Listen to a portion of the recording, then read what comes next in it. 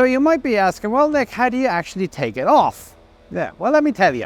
The main weight-bearing connection are these thick pins. There are 6 of them, from the forward one over there to the aft one at the very tail end of the tank.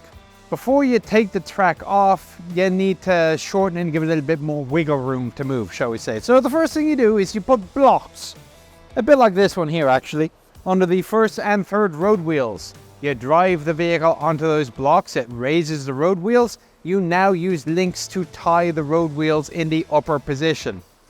Roll off the blocks, put them on the next set of road wheels, and tie those up. So eventually you end up tying up the suspension of all of the road wheels on one side. The next thing you want to do is you want to remove the spline.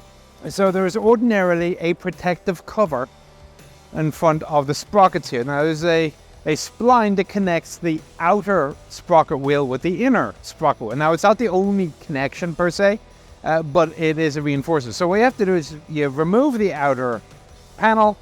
You can now access the spline, and you unscrew the spline kind of in a similar manner to the muff decoupler on Chieftain or Challenger until it disconnects the outer track from the inner track. Once you've done that, next thing to do is to lift the tracks themselves. So you now get some chains and you basically hoist the tracks. So now what you have is basically the outer track, which is dangling off the edge of the T28, held on by the pins. Next thing you do is you knock out the 4 central pins and all 5 of these connecting rods.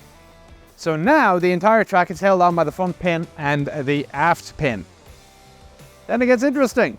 Before you then take off the track and do the last 2 pins, you have to knock these 2 things down. They're called sprags in the manual. They're really stabilizing rods.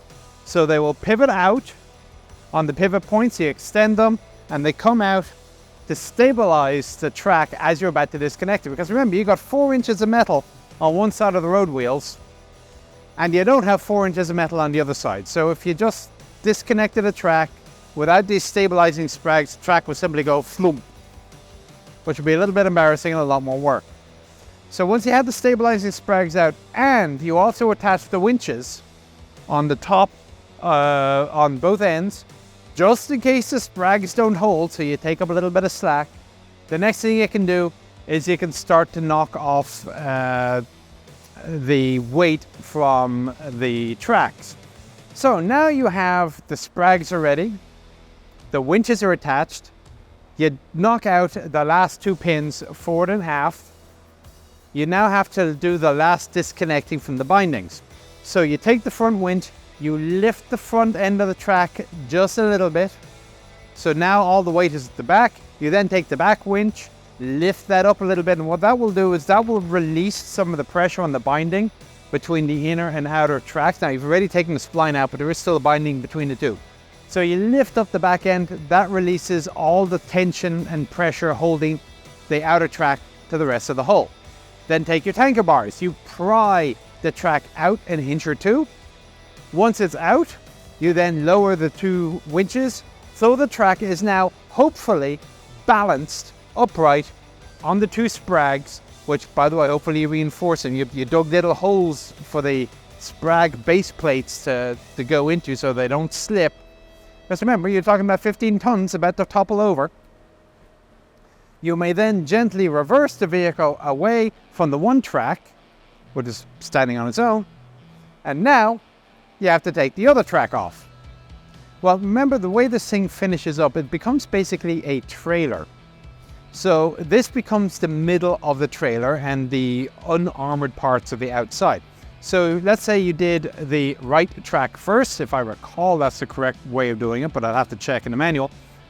You reverse out, you then come to the side and you start slowly driving up to your left side outer track alongside the right side inner track. And you want to have maybe a foot and a half of space.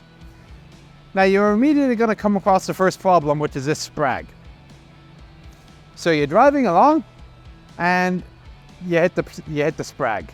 Well, this is where you start to slowly disconnect and undo the couplings on the left track before it gets so far forward that you can't access the bolts. So once you started disconnecting the front tracks, by the way, you've also raised up the wheels. Not the track, because you still have to rotate the track, but the wheels are up. You come forward. Once you think you're set, you knock a sprag out of the way. The worst that happens is the sprag at the front doesn't hold, it comes down and it hits your other side of the tank, but it's not going to land on anybody's toe. And you keep slowly advancing along the side of the tank, always uncoupling the splines as you get there. Then eventually, you're going to get to a point where you've reached the front sprag and you can go no further. That's where those capstan looking things come in. And they're called brake spools, and they actually have an actual job other than just being a spacer. But what you can do, because they are wider on one end than the other, is if you judged your spacing correctly, you can now drop them in between the loose track and your vehicle, that when you do knock the sprag out of the way and it falls in, it's going to fall in on these brake spools and they will act as a roller. So now with your spool acting as a roller, you continue driving forwards until you're now parallel with the other track. So the next thing you want to do is, again, you have your winches front and back, take off the weight, lower the track to the ground.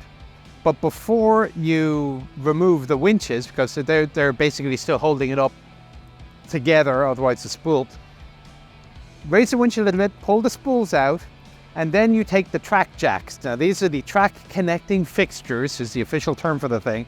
Ordinarily what you do is you hook them to two parts of a broken track and you screw them, and it pulls the track links together so it can slam on the end connector and connect the track. Well, not only will they pull forwards and backwards, if you put them sideways, they'll pull sideways.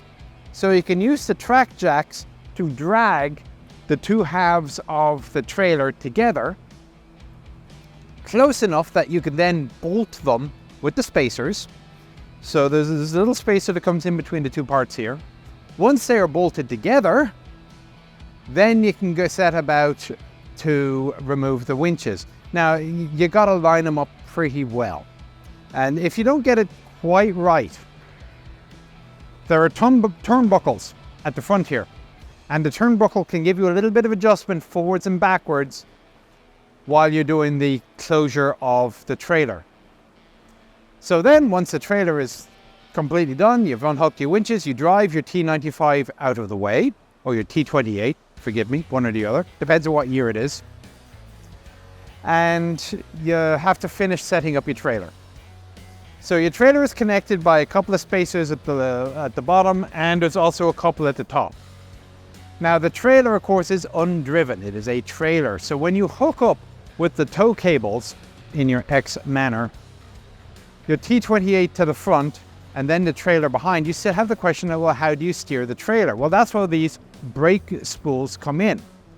So you will take the brake spool, you will attach it to the now visible, because what was the outside of the vehicle is now the inside of the trailer, the sprocket wheels.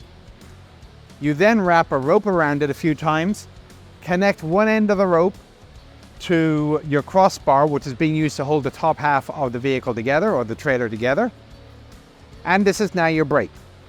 So as the vehicle is trundling along at its, it says do not do this in excess of about 3 miles an hour. If you have to make a turn, okay, the T28 will make a turn because of the crossing of the tow cables. It should start to turn the trailer a bit, but to give you that little extra braking to slow the inside track, the person with the rope pulls back on the rope, tightens the rope against the spool, which then slows down the sprocket because the rope is anchored solidly on one end by the trailer itself.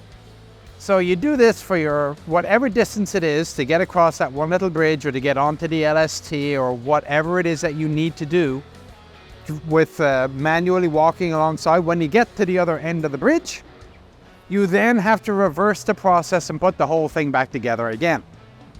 Now, when this vehicle arrived from the factory, it came on a train in pieces. It took them 4 hours to put it together.